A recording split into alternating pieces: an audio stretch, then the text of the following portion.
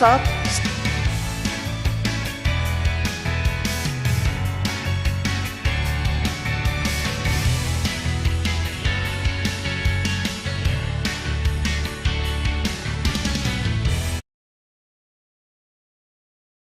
geographical inclusivity through development of all regions of the country. With the whole of nation approach of Sabka Prayas, the country overcame the challenges of once-in-a-century pandemic, took long strides towards Atmanirbhar Bharat, committed to Panch Pran, and laid solid foundations for the Amrit Kal. As a result, our young country has high aspirations, pride in its present, and hope and confidence for a bright future. We expect that our government, based on its stupendous work, will be blessed again by the people with a resounding mandate. Inclusive development and growth. Our humane and inclusive approach to development is a marked and deliberate departure from the earlier approach of provisioning up to village level. Development programs were thus provisioned. In the last 10 years, however, have targeted each and every household and individual through housing for all, Har Ghar Jal, electricity for all, cooking gas for all, bank accounts and financial services for all in record time. The worries about food have been eliminated through free ration for 80 crore people. Minimum support prices for the produce of Annadata are periodically increased appropriately. These and the provision of basic necessities have enhanced real income in the rural areas. Their economic needs could be addressed, thus spurring growth and generating jobs. Social justice. Our government is working with an approach to development that is all-round, all-pervasive, and all-inclusive. Sarvangin, Sarvasparshi, or Sarvasamaveshi. It covers all castes and people at all levels. We are working to make India a Vikasit Bharat by 2047. For achieving that goal, we need to improve people's capability and empower them. Previously, social justice was mostly a political slogan. For our government, social justice is an effective and necessary governance model. The saturation approach of covering all eligible people is the true and comprehensive achievement of social justice. This is secularism in action, reduces corruption, and prevents nepotism, prevents Bhai Bhatijawad. There is transparency and assurance that benefits are delivered to all eligible people. The resources are distributed fairly. All, regardless of their social standing, get access to opportunities. We are addressing systemic inequalities that had plagued our society. We focus on outcomes and not on outlays, so that the social economic transformation is achieved. As our Prime Minister firmly believes, we need to focus on 4 major castes. They are Garib, Mahilaye, Yuva, and Annadata. Their needs, their aspirations, and their welfare are our highest priority. The country progresses when they progress. All 4 require and receive government support in their quest to better their lives. Their empowerment and well-being will drive the country forward. Garib Kalyan, Desh Ka Kalyan. We believe in empowering the poor. The earlier approach of tackling poverty through entitlements had resulted in very modest outcomes. When the poor became empowered partners in the development process, government's power to assist them also increases manifold. With the pursuit of Sabka Saath, in these 10 years, the government has assisted 25 crore people to get freedom from multi-dimensional poverty. Our government's efforts are now getting synergized with energy and passion of such empowered people. This is truly elevating them from poverty. Direct benefit transfer of 34 lakh crore rupees from the government using PM Jan Dhan accounts has led to savings of 2.7 lakh crores of rupees for the government. This savings has been realized through avoidance of leakages prevalent earlier. The savings have helped in providing more funds for Garib Kalyan. PM Swanidhi has provided credit assistance to 78 lakh street vendors. From that total of 78 lakh street vendors, 2.3 lakh have received credit for the third time. PM Janman Yojana reaches out to the particularly vulnerable tribal groups who have remained outside the realm of development so far. PM Vishwakarma Yojana provides end-to-end support to artisans and craftspeople engaged in 18 trades. The schemes for empowerment of Divyangs and transgender persons reflect firm resolve of our government to leave no one behind. Welfare of Annadata. Farmers are our Annadata. Every year under PM Kisan Samman Yojana, direct financial assistance is provided to 11.8 crore farmers, including marginal and small farmers. Crop insurance is given to 4 crore farmers under PM Fasal Bima Yojana. These, besides several other programs, are assisting Annadata in producing food for the country and for the world.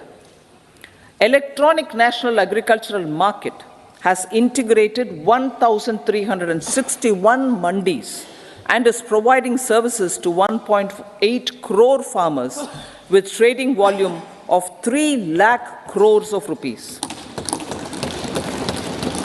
The sector is poised for inclusive, balanced, higher growth and productivity.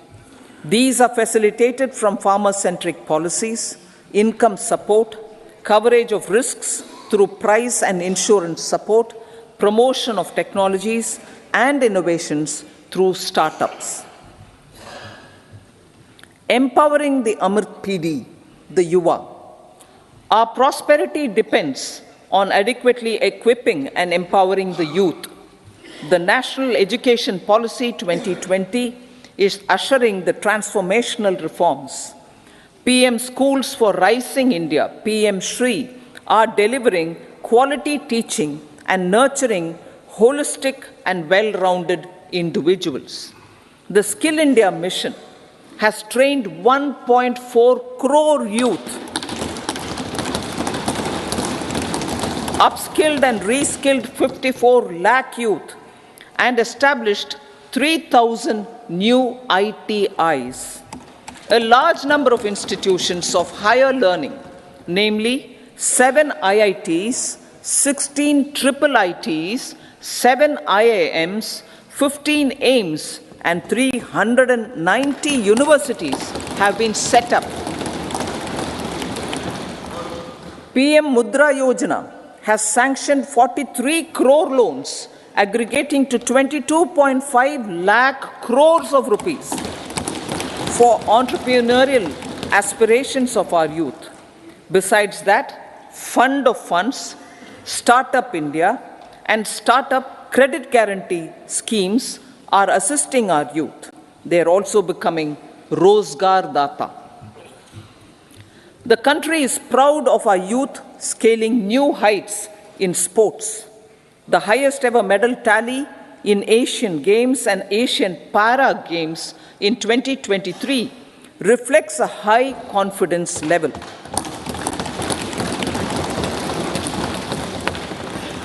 Chess prodigy and our #1 ranked player Pragyananda put up a stiff fight against the reigning world champion Magnus Carlsen in 2023.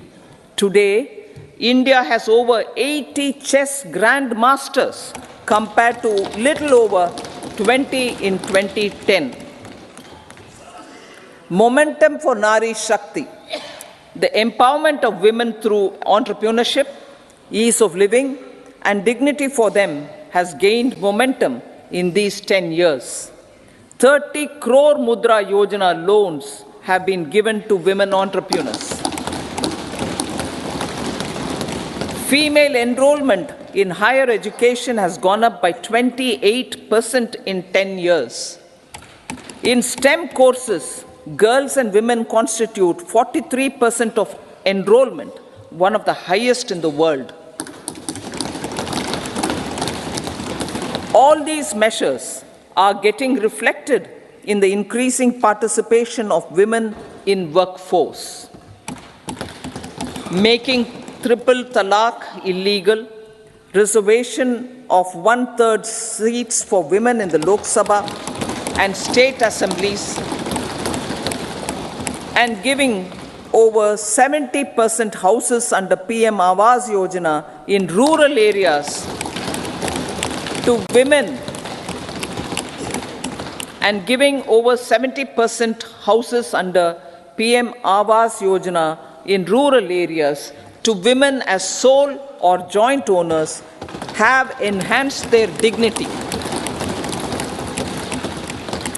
Exemplary track record of governance, development, and performance. Besides delivering on high growth in terms of gross domestic product, the government is equally focused on a more comprehensive GDP, that is, governance, development, and performance.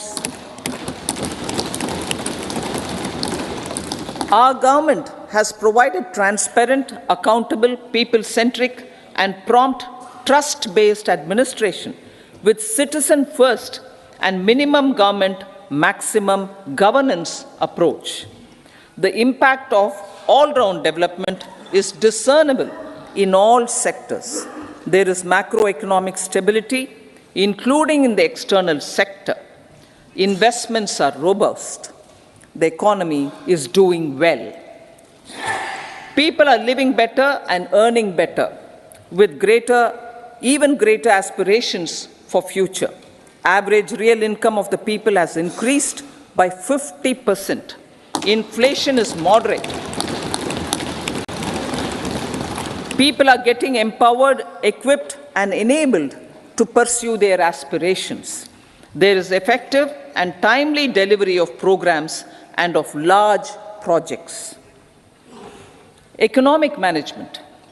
The multi-pronged economic management over the past 10 years has complemented people-centric, inclusive development. Following are some of the major elements. 1. All forms of infrastructure, physical, digital, or social, are being built in record time.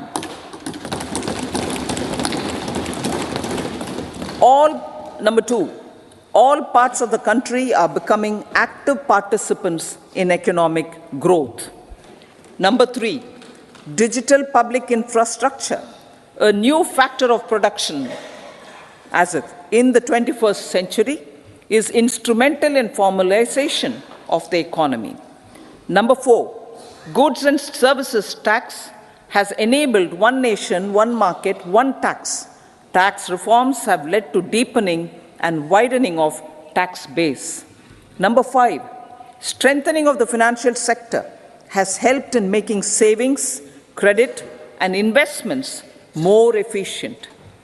Number 6, GIFT, IFSC, and the Unified Regulatory Authority, IFSCA, are creating a robust gateway for global capital and financial services for the economy. Number 7, proactive inflation management has helped keep inflation within the policy band. Now, the global context, Honorable Speaker, sir. Geopolitically, global affairs are becoming more complex and challenging with wars and conflicts. Globalization is being redefined with reshoring and friendshoring, disruption and fragmentation of supply chains, and competition for critical minerals and technologies. A new world order is emerging after the COVID pandemic. India assumed the G20 presidency during very difficult times for the world. The global economy was going through high inflation, high interest rates, low growth, very high public debt, low trade growth, and climate changes. The pandemic has led to a crisis of food, fertilizer, fuel, and finances for the world, while India successfully navigated its way. The country showed the way forward and built consensus on solutions for those global problems. The recently announced India-Middle East-Europe economic corridor is a strategic and economic game changer for India and others. In the words of Honorable Prime Minister, the corridor, and I quote, will become the basis of world trade for hundreds of years to come, and history will remember that this corridor was initiated on Indian soil, unquote. Vision for Vikasit Bharat. Our vision for Vikasit Bharat is that of prosperous Bharat in harmony with nature, with modern infrastructure, and providing opportunities for all citizens and all regions to reach their potential. With confidence arising from strong and exemplary track record of performance and progress, earning Sabka Vishwas, the next 5 years will be years of unprecedented development and golden moments to realize the dream of developed India by 2047. The trinity of demography, democracy, and diversity backed by Sabka Prayas has the potential to fulfill aspirations of every Indian. As Honorable Prime Minister in his Independence Day address to the nation mentioned, I quote, there is no dearth of opportunities, as many opportunities as we want.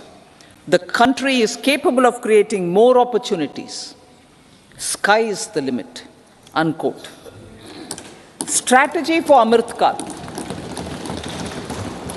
Our government will adopt economic policies that foster and sustain growth, facilitate inclusive and sustainable development, improve productivity, create opportunities for all, help them enhance their capabilities, and contribute to generation of resources to power investments and fulfill aspirations. Guided by the principle, reform, perform, and transform, the government will take up next generation reforms and build consensus with the states and stakeholders for effective implementation. It is an important policy priority for our government to ensure timely and adequate finances, relevant technologies, and appropriate training for the micro, small, and medium enterprises, MSMEs, to grow and also compete globally. Orienting the regulatory environment to facilitate their growth will be an important element of this policy mix. Aligning with the Panchamrit goals, our government will facilitate sustaining high and more resource-efficient economic growth. This will work towards energy security in terms of availability, accessibility, and affordability. For meeting the investment needs, our government will prepare the financial sector in terms of size, capacity, skills, and regulatory framework. Aspirational Districts Program. Our government stands ready to assist the states in faster development of aspirational districts and blocks, including generation of ample economic opportunities. Development of the East. Our government will pay utmost attention to make the eastern region and its people a powerful driver of India's growth. PM Awas Yojana Grameen. Despite the challenges due to COVID, implementation of PM Awas Yojana Grameen continued, and we are close to achieving the target of 3 crore houses. 2 crore more houses will be taken up in the next 5 years to meet the requirement arising from increase in the number of families. Rooftop solarization and Muft Bijli. Through rooftop solarization, 1 crore households will be enabled to obtain up to 300 units free electricity every month. This scheme follows the resolve of Honorable Prime Minister on the historic day of consecration of Sri Ram Mandir in Ayodhya. Following benefits are expected. Savings up to 15 to 18,000 rupees annually for households from free solar electricity and selling the surplus to the distribution companies. Charging of electric vehicles. Entrepreneurship opportunities for a large number of vendors for supply and installation. Employment opportunities for the youth with technical skills in manufacturing, installation, and maintenance. Housing for middle class. Our government will launch a scheme to help deserving sections of the middle class, and I quote from Honorable Prime Minister's words, living in rented houses or slums or chawls and unauthorized colonies, unquote, to buy or build their own houses.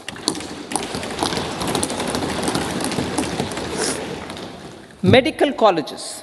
Several youth are ambitious to get qualified as doctors. They aim to serve our people through improved healthcare services.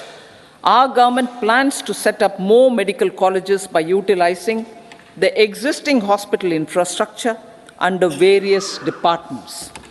A committee for this purpose will be set up to examine the issues and make relevant recommendations. Cervical cancer vaccination. Our government will encourage vaccination for girls in the age group of 9 to 14 years for prevention of cervical cancer. Maternal and child health care.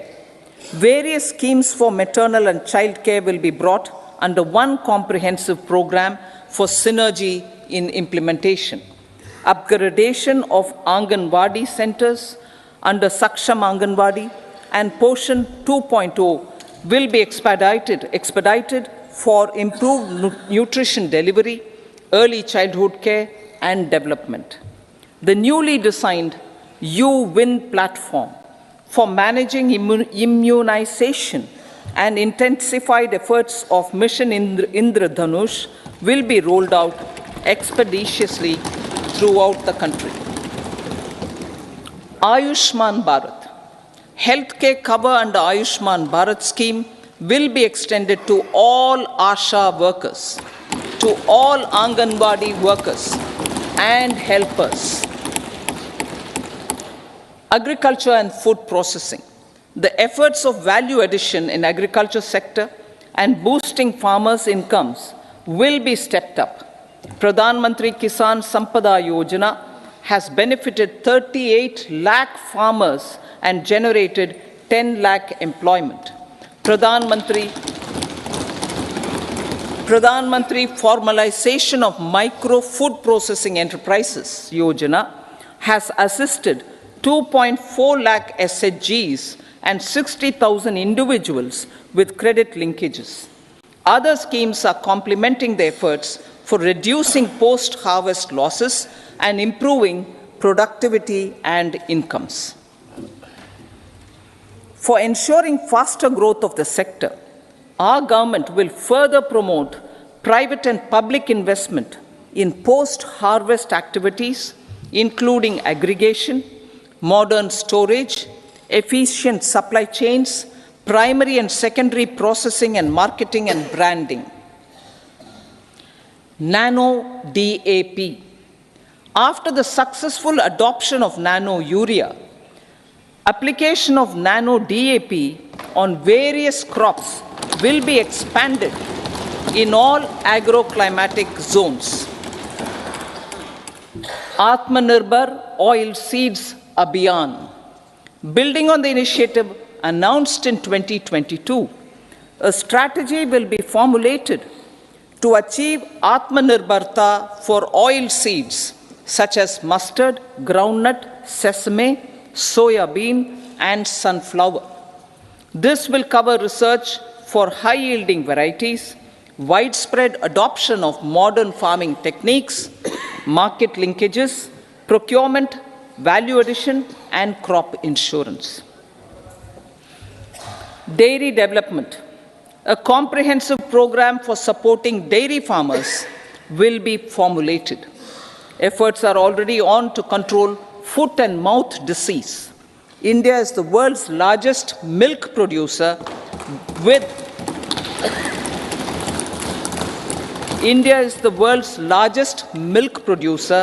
but with low productivity of milch animals.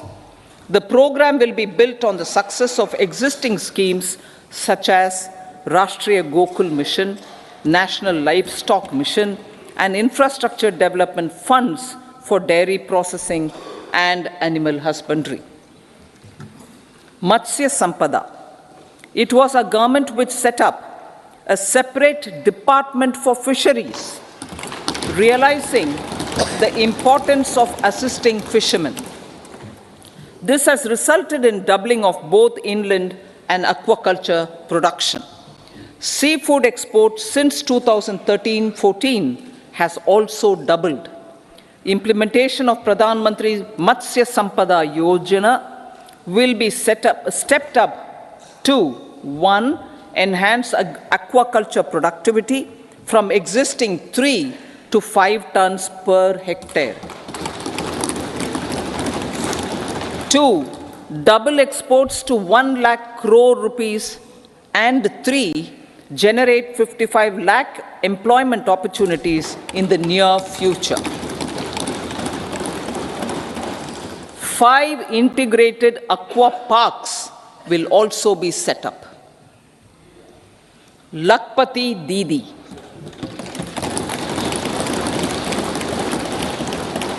83 lakh SHGs. 83 lakh SHGs with 9 crore women are transforming rural socio-economic landscape with empowerment and self-reliance. Honorable Speaker said, their success has assisted nearly 1 crore women to become Lakpati Didi already. They are an inspiration to others. Their achievements will be recognized through honoring them. Buoyed by the success, it has been decided to enhance the target for Lakpati Didi from 2 crores to 3 crores.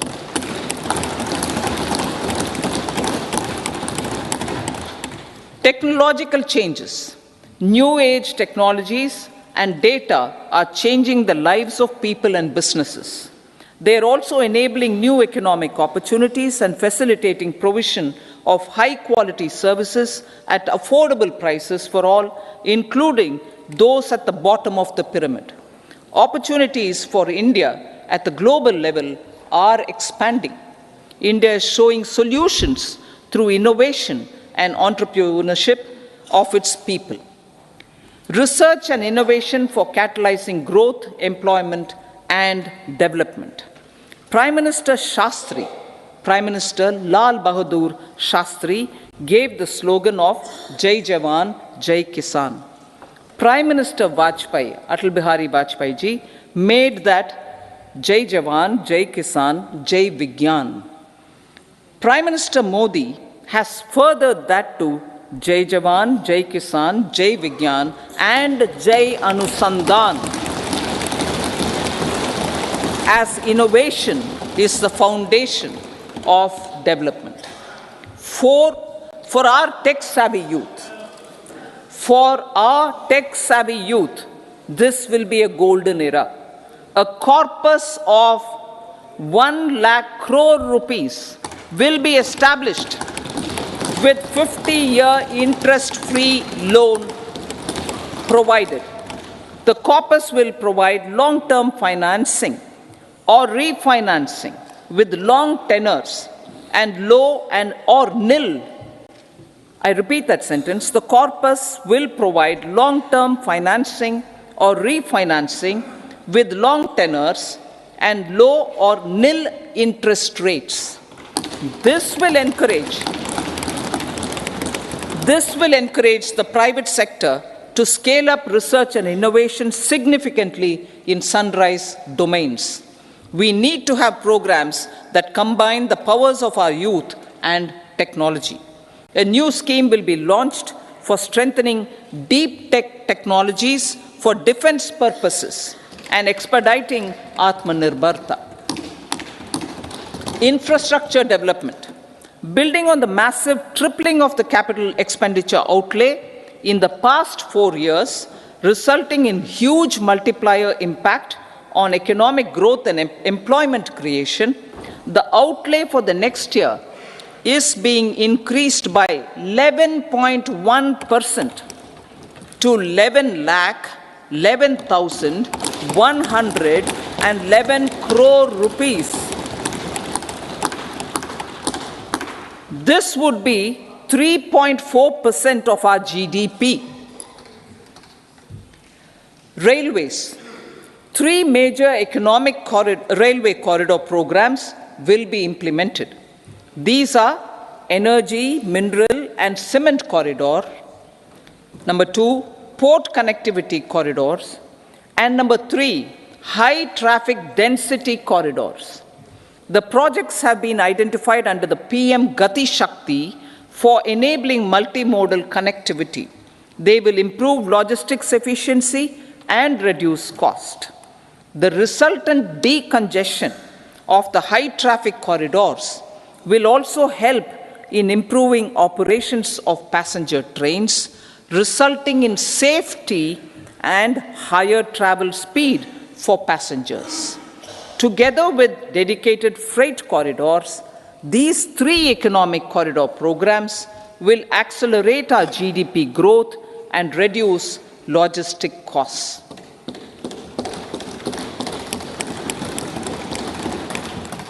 40,000 normal rail bogies will be converted to Vande Bharat standards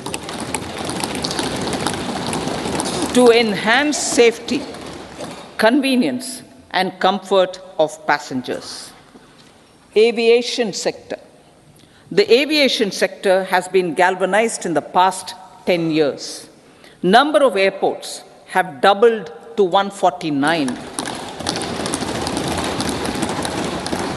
Rollout of air connectivity to Tier 2 and Tier 3 cities under UDAN scheme has been widespread. 517 new routes are carrying 1.3 crore passengers. Indian carriers have proactively placed orders for over 1,000 new aircrafts. Expansion of existing airports and development of new airports will continue expeditiously. Metro and Namo Bharat. We have a fast expanding middle class and rapid urbanization is taking place. Metro rail and Namo Bharat can be the catalyst for the required urban transformation. Expansion of these systems will be supported in large cities focusing on transit-oriented development. Green energy. Towards meeting our commitment for net zero by 2070, the following measures will be taken. Viability gap funding will be provided for harnessing offshore wind energy potential for initial capacity of 1 gigawatt. Coal gasification and liquefaction capacity of 100 metric tons will be set up by 2030. This will also help in reducing imports of natural gas, methanol, and ammonia. Phased mandatory blending of compressed biogas in compressed natural gas for transport and piped natural gas for domestic purposes will be mandated. Financial assistance will be provided for procurement of biomass aggregation machinery to support collection. Electric vehicle ecosystem. Our government will expand this and strengthen the e-vehicle ecosystem by supporting manufacturing and charging infrastructure. Greater adoption of e-buses for public transport networks will be encouraged through payment security mechanism. Biomanufacturing and biofoundry. For promoting green growth, a new scheme of biomanufacturing and biofoundry will be launched. This will provide environment-friendly alternatives such as biodegradable polymers, bioplastics, biopharmaceuticals, and bioagri-inputs. This scheme will also help in transforming today's consumptive manufacturing paradigm to the one based on regenerative principles. Blue Economy 2.0. For promoting climate resilient activities for Blue Economy 2.0, a scheme for restoration and adaptation measures and coastal aquaculture and mariculture with integrated and multi-sectoral approach will be launched. Comprehensive development of tourist centers.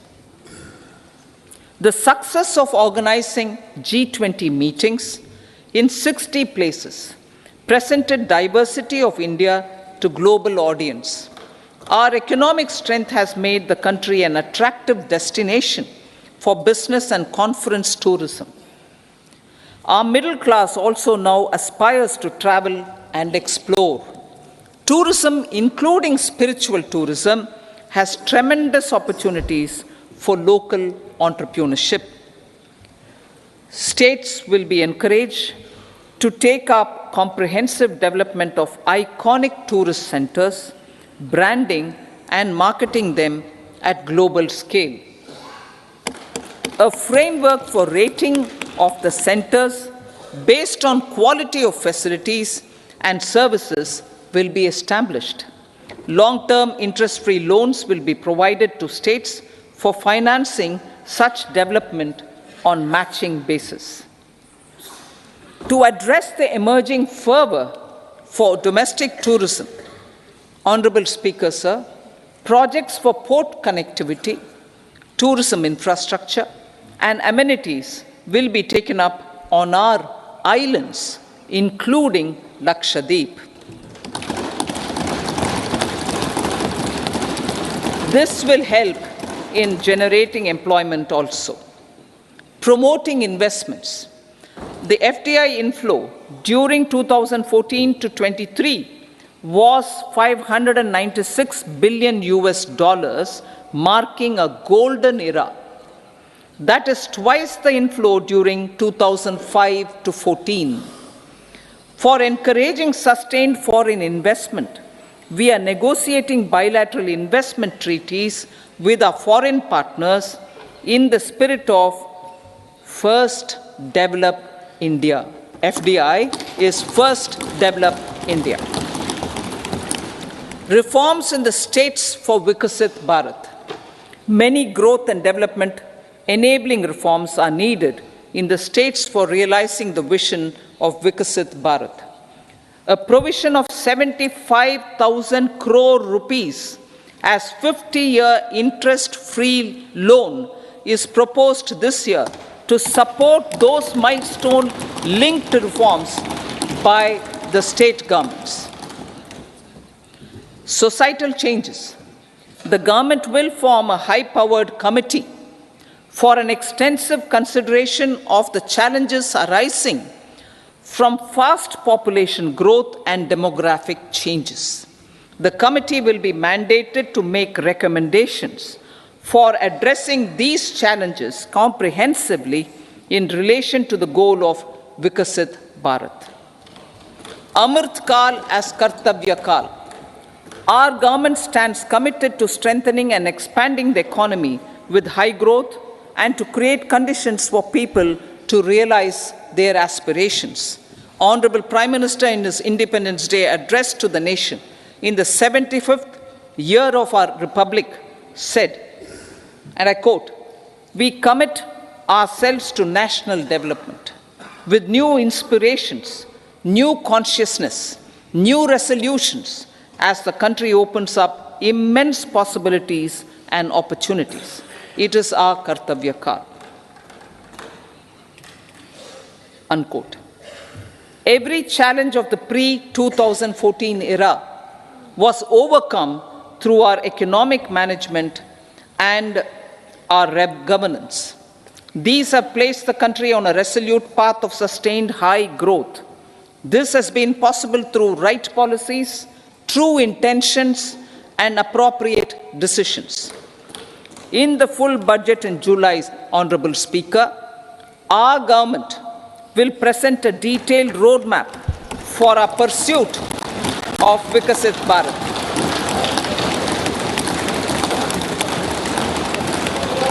Revised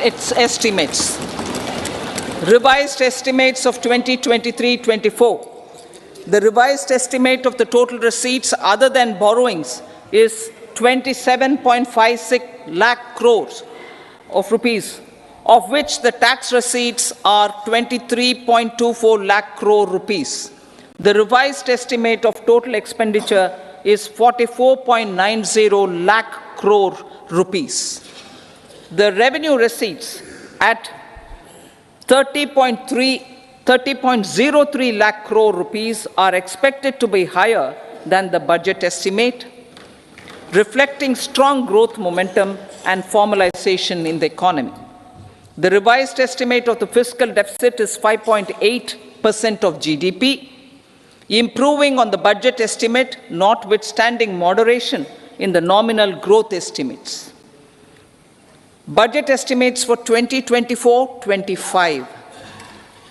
Coming to the year 2024-25, the total receipts other than borrowings and total expenditure are estimated at 30.80 and 47.66 lakh crore rupees respectively.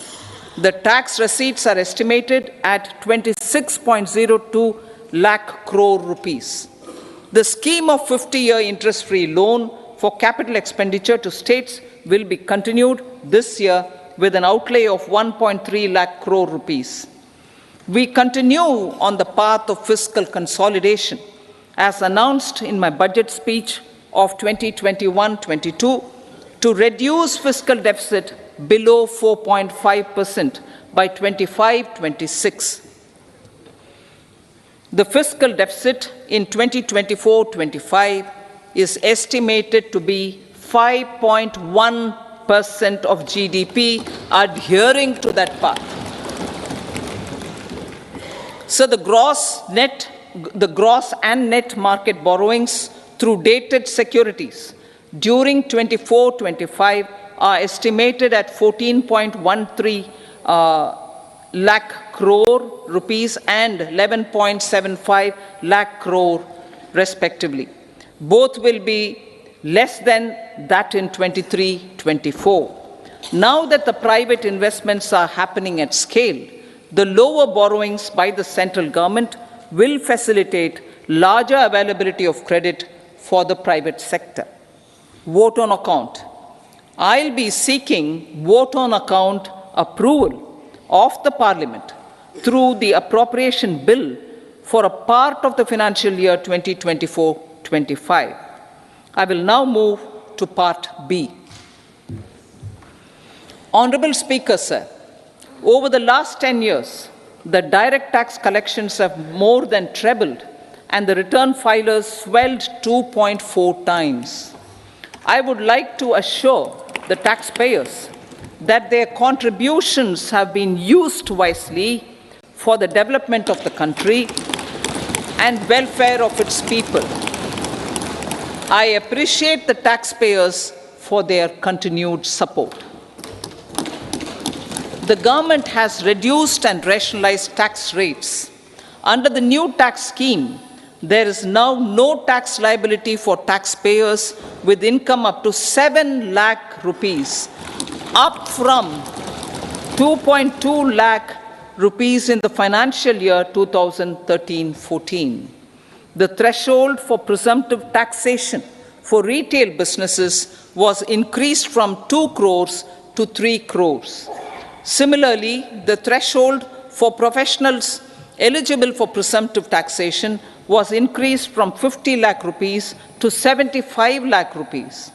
Also, corporate tax rate was decreased from 30% to 22% for existing domestic companies and to 15% for certain new manufacturing companies.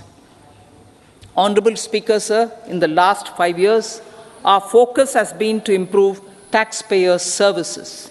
The age-old jurisdiction-based assessment system was transformed with the introduction of faceless assessment and appeal, thereby imparting greater efficiency, transparency, and accountability. Introduction of updated income tax returns, a new Form 26AS, and pre-filling of tax returns have made filing of tax returns simpler and easier.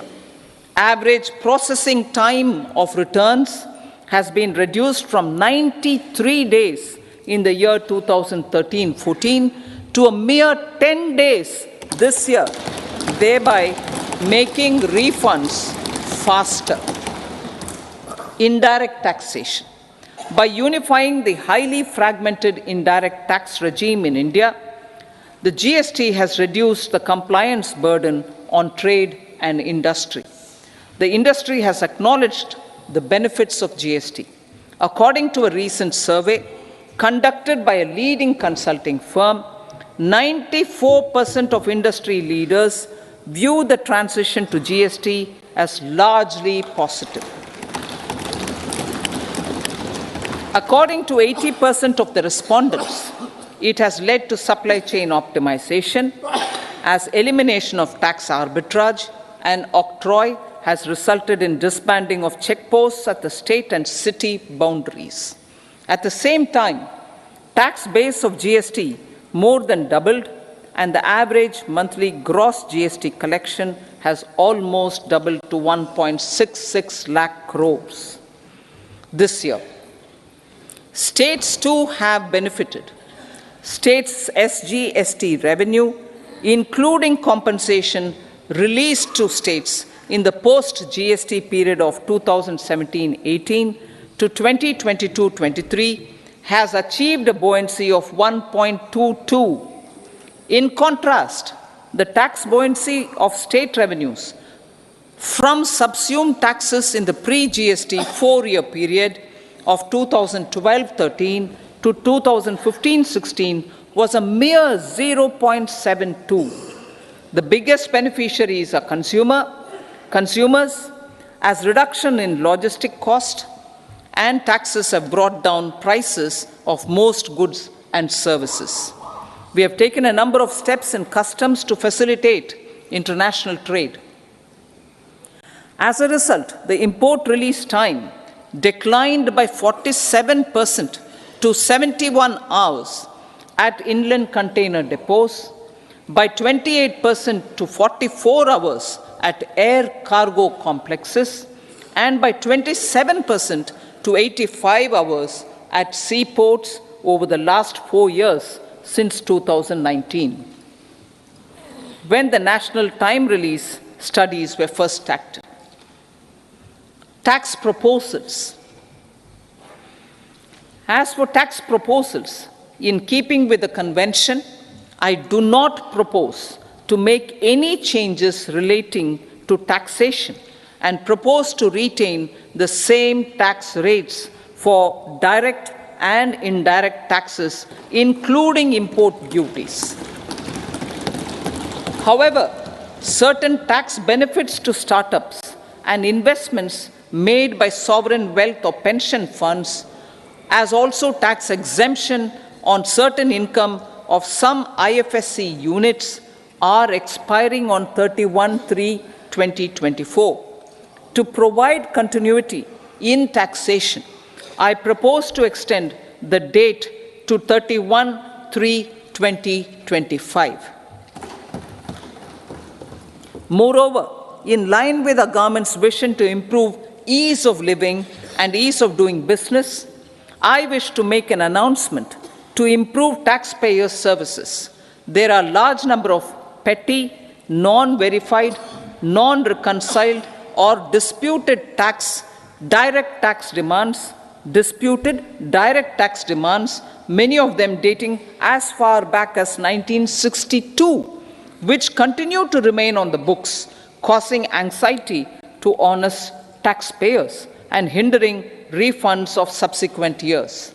Honorable Speaker, sir, I propose to withdraw such outstanding direct tax demands up to 25,000 rupees pertaining to the period up to financial year 2009-10 and up to 10,000 rupees for financial years 2010-11 to 2014-15. This is expected to benefit about 1 crore taxpayers. 1 crore taxpayers would benefit out of this. Economy then and now. In 2014, when our government assumed the reins, the responsibility to mend the economy step by step and to put the governance systems in order was enormous.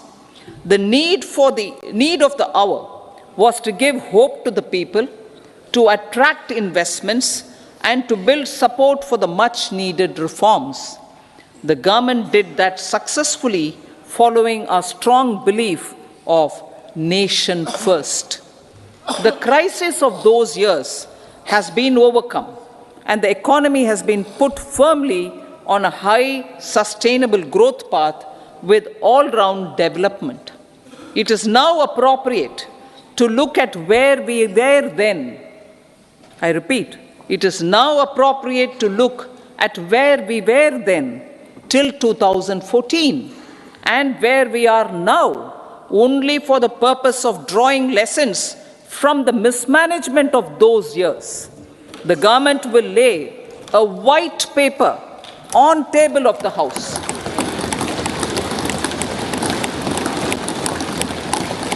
The exemplary track record of governance, development and performance, effective delivery and Jan Kalyan has given the government trust, confidence and blessings of the people to realize whatever it takes, the goal of Vikasit Bharat, with good intentions, true dedication and hard work in the coming years and decades.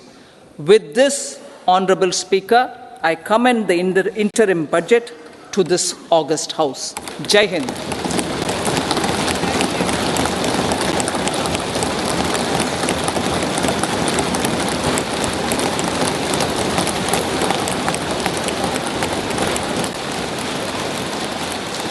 Item number 2 Shrimati Nirmala Sitharaman ji.